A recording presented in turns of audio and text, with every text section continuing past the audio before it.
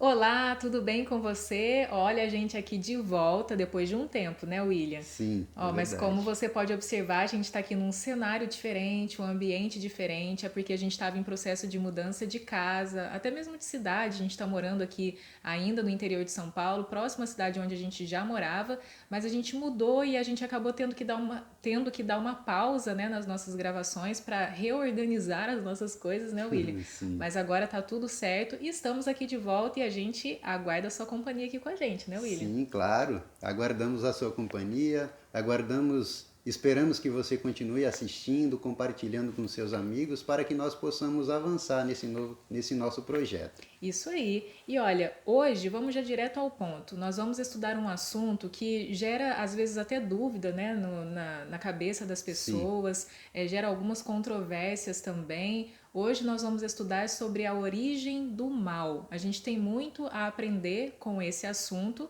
mas antes, como a gente já tem o costume, você que nos acompanha aqui sabe, vamos fazer uma oração para Deus nos conduzir nesse estudo, para que a gente compreenda, você compreenda e para que a gente também possa, através do conhecimento obtido na palavra de Deus, compartilhar esse assunto com outras pessoas. E por mais que a gente vai falar aqui de mal, origem do mal, a gente vai tirar boas aplicações e até mesmo esperança para compartilhar aí com os nossos amigos, familiares, enfim. Vamos sim. orar então para a gente começar o estudo? Vamos orar. Senhor Deus, nosso Pai, vamos estudar a tua palavra e pedimos, Pai, que o Senhor derrame o teu Santo Espírito sobre nós, pois esse assunto é muito importante e precisamos da instrução do Senhor para compreender, Pai. Em nome de Jesus, amém. Amém.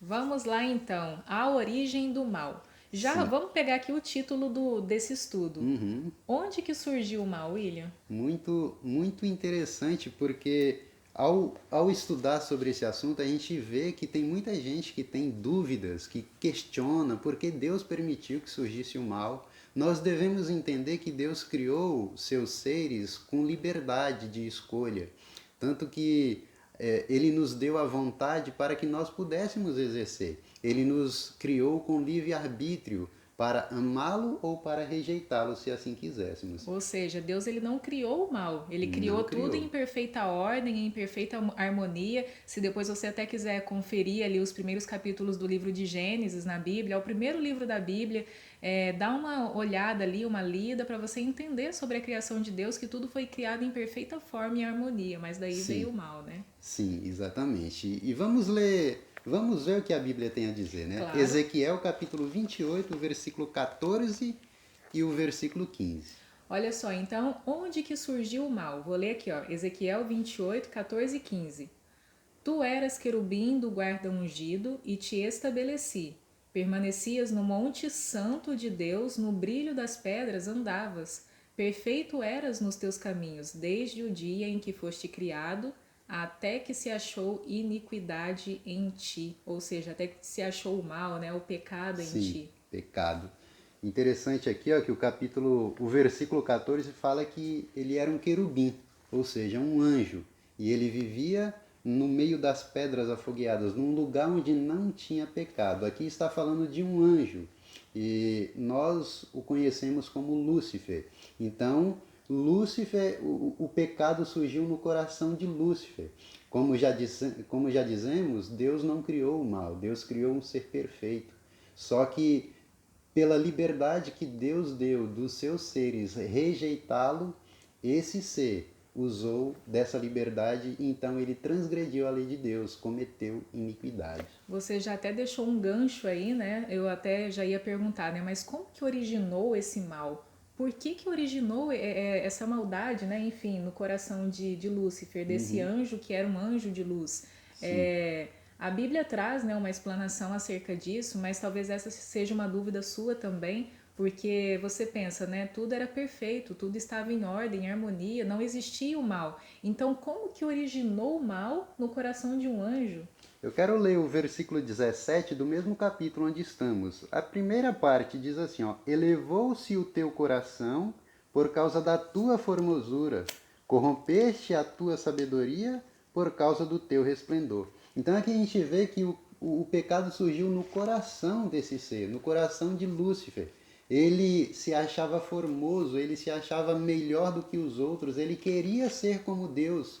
Paulo vai falar isso lá em 2 Tessalonicenses, ele vai falar que esse ser quer sentar no lugar de Deus, como sendo Deus. Mas vamos ler um texto que está em Tiago, Tiago Tiago. capítulo 1, o versículo 13 a 15.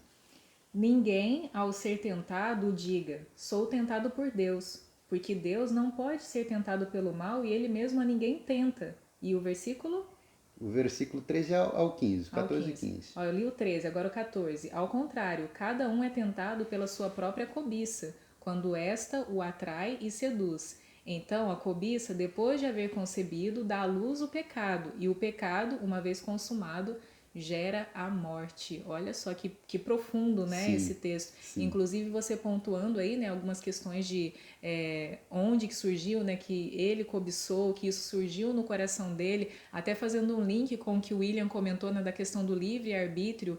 Deus, ele não foi mal, ele não planejou isso. Pelo contrário, ele deu a liberdade de escolha, né? Até sim, fico pensando, se ele não tivesse dado essa liberdade de escolha, aí sim ele poderia ser um Deus mau. Porque sim, imagina, fazia a gente que nem um robô. Ó, vocês foram criados somente para me obedecer. É claro que eu acredito que esse seja o sonho de Deus, que nós sejamos todos obedientes a Ele. Mas Ele não força ninguém a nada. Ele deixou o livre-arbítrio e, infelizmente, Lúcifer, né, Satanás, ele pegou desse livre-arbítrio, que era algo extremamente positivo, e transformou isso em algo negativo, né, William? sim, isso mesmo. Você falou algo muito interessante aí. E eu até lembrei de um texto que está em Romanos capítulo 5, você falando que Deus, ele criou pessoas boas e tudo mais. E o capítulo 5 de Romanos, o versículo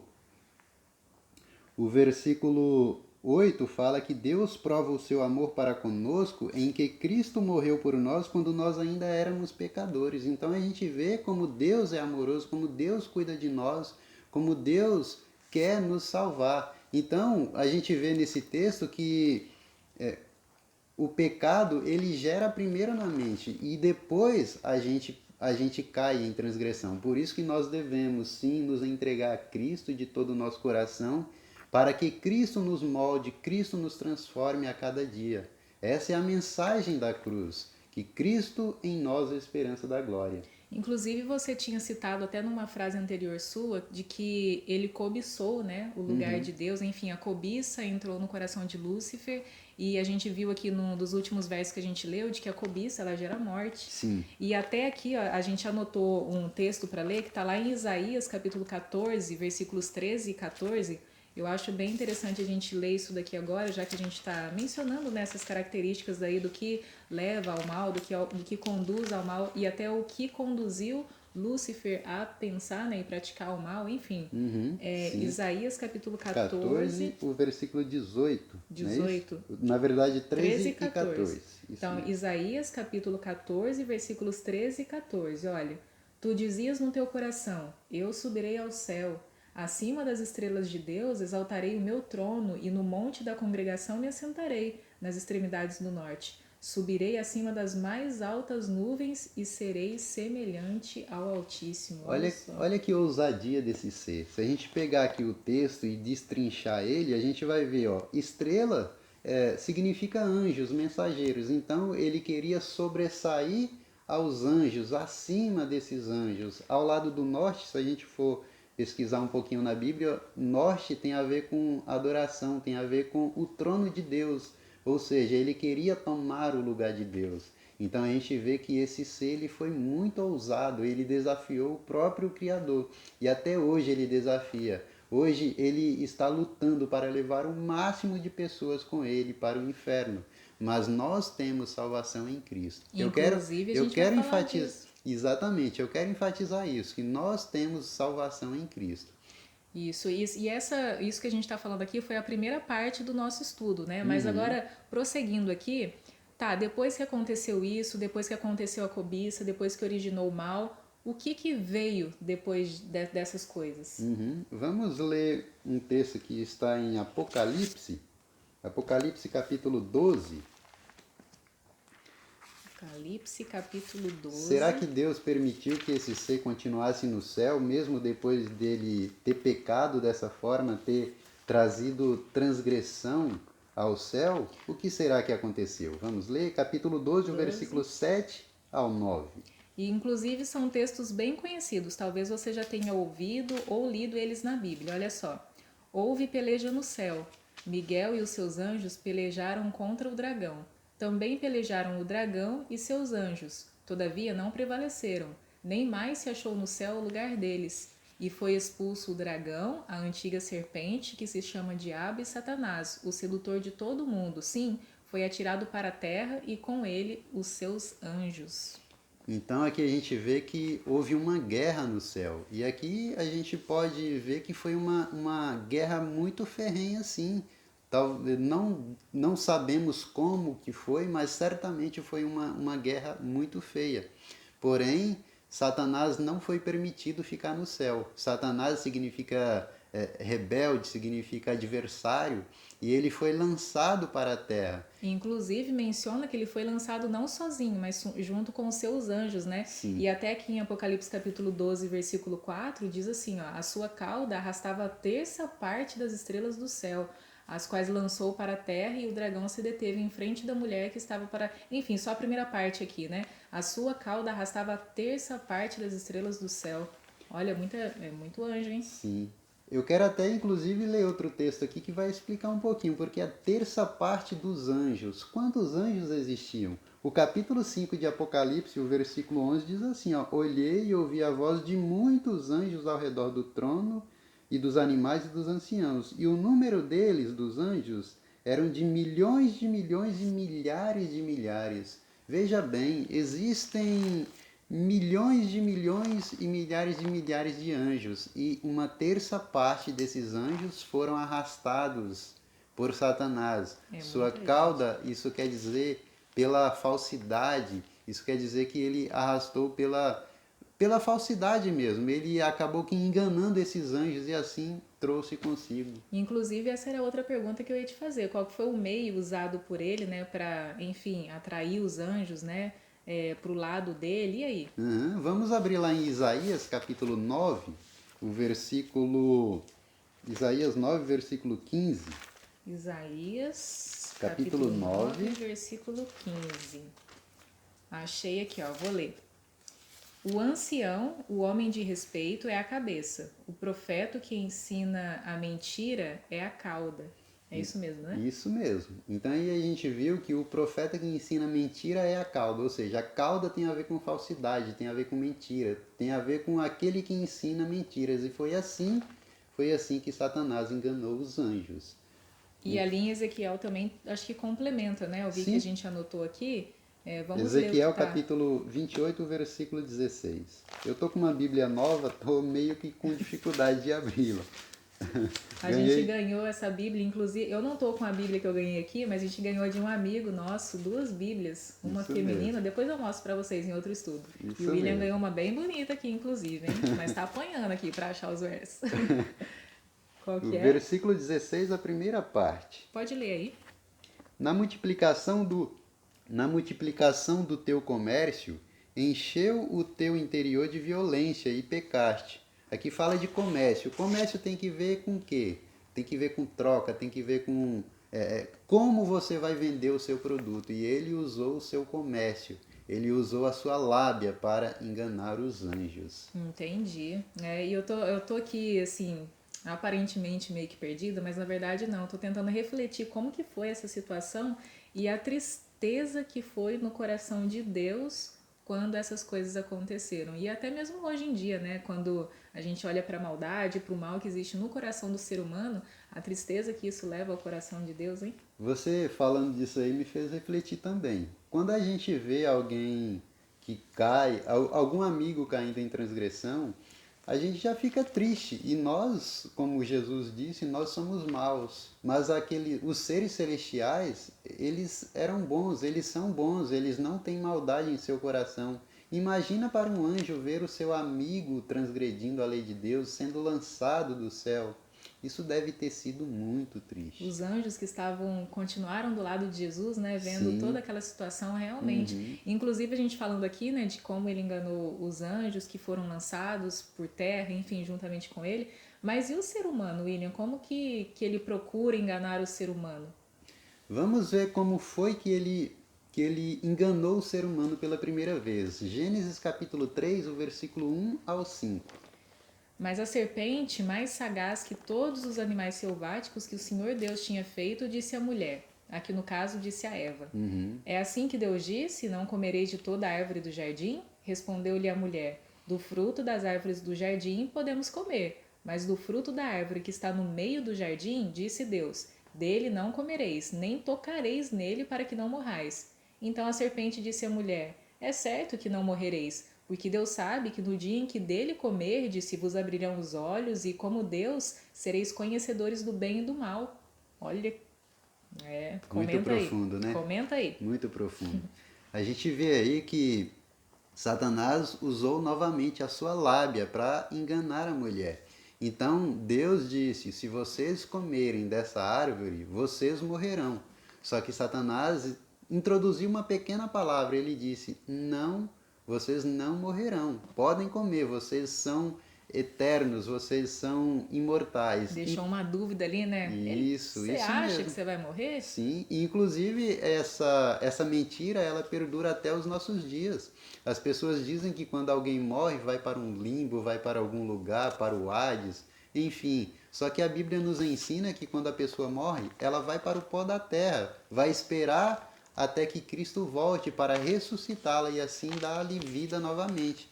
E Satanás disse: olha, vocês são imortais. Só que a Bíblia nos ensina que os homens não são imortais. O homem receberá a imortalidade condicional, ou seja, entregando a sua vida a Jesus. Assim, quando Cristo vier, essa pessoa que aceitou a Cristo será ressuscitada dentre os mortos. Você acabou de citar algo aí, né, que eu já até ia perguntar, mas e como que ele nos engana hoje?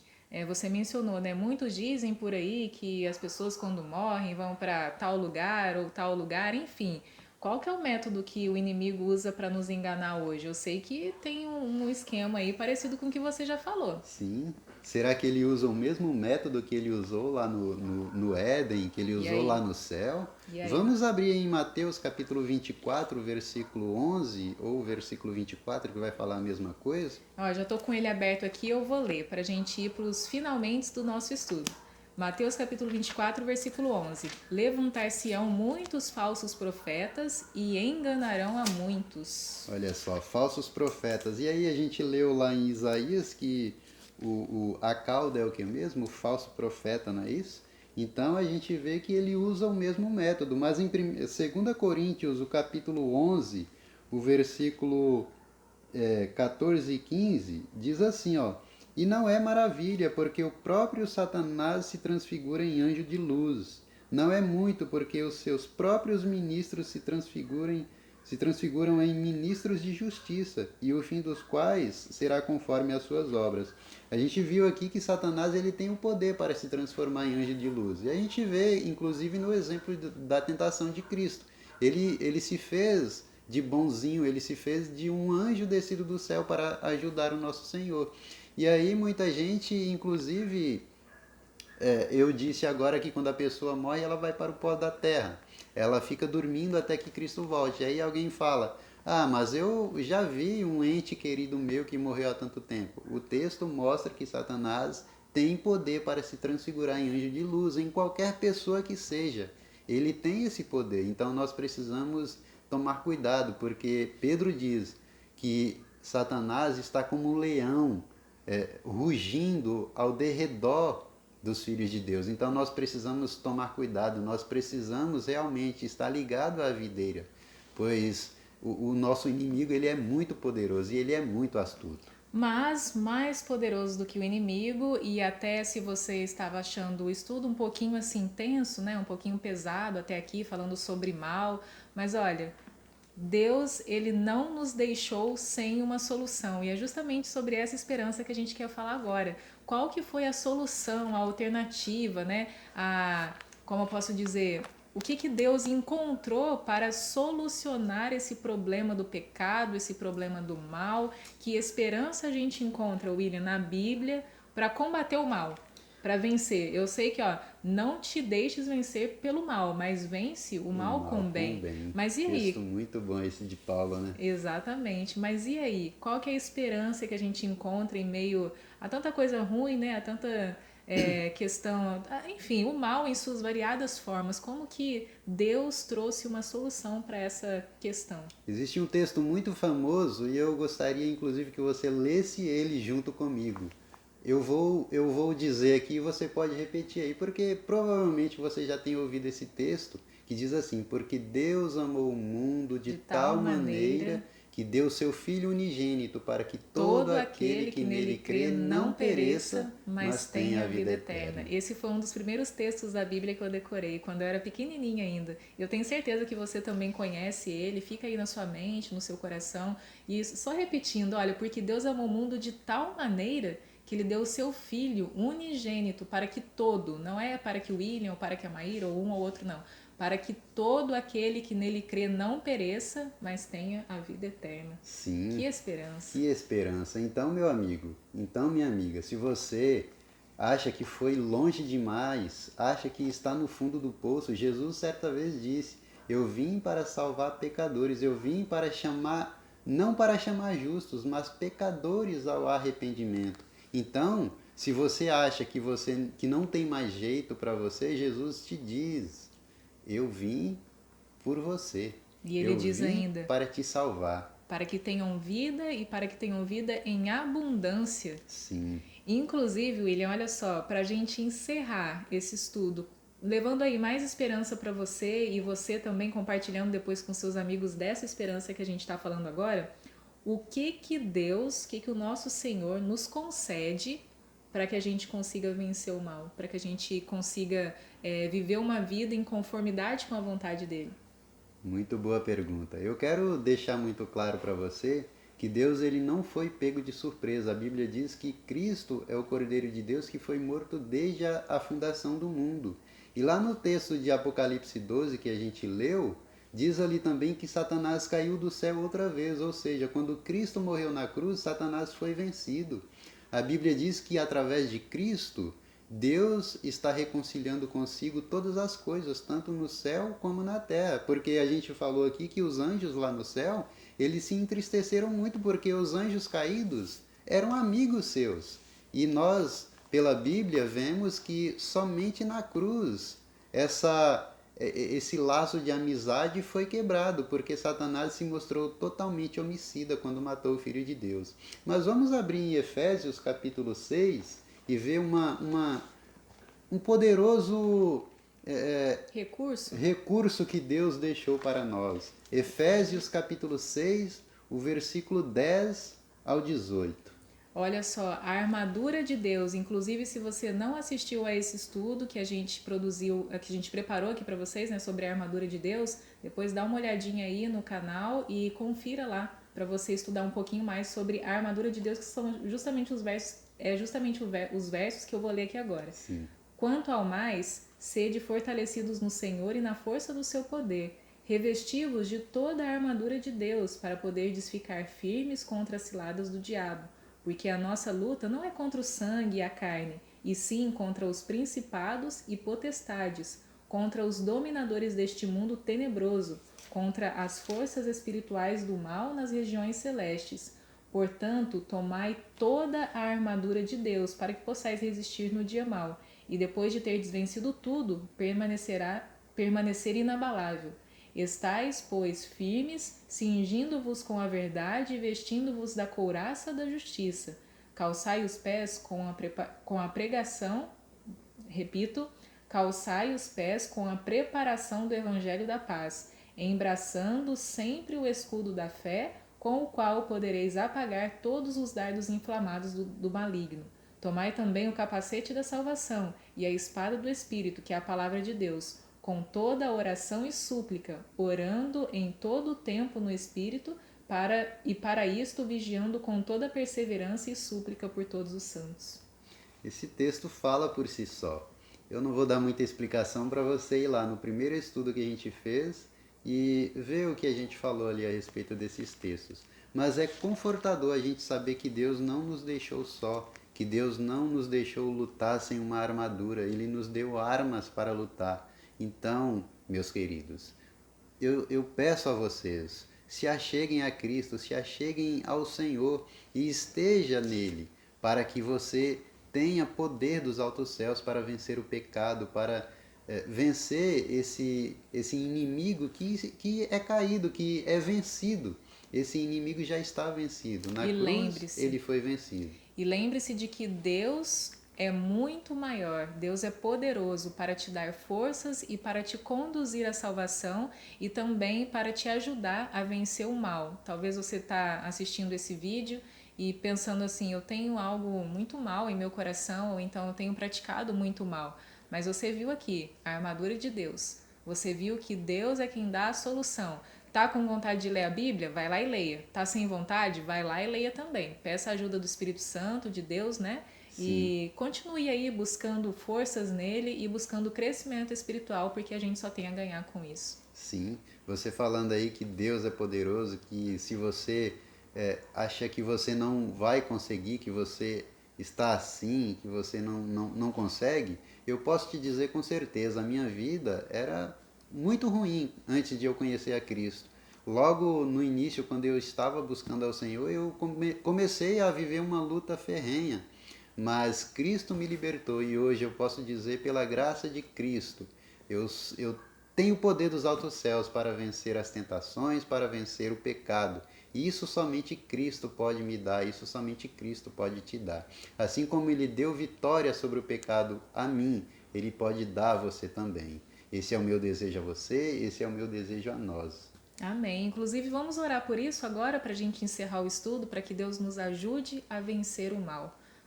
Você ora para a gente, William? Sim, Santo Deus, nosso Pai, como é bom saber, Pai, que apesar de ter um inimigo poderoso, o Senhor é muito mais poderoso e o Senhor, Pai, quer nos dar vitória, o Senhor deseja nos dar vitória.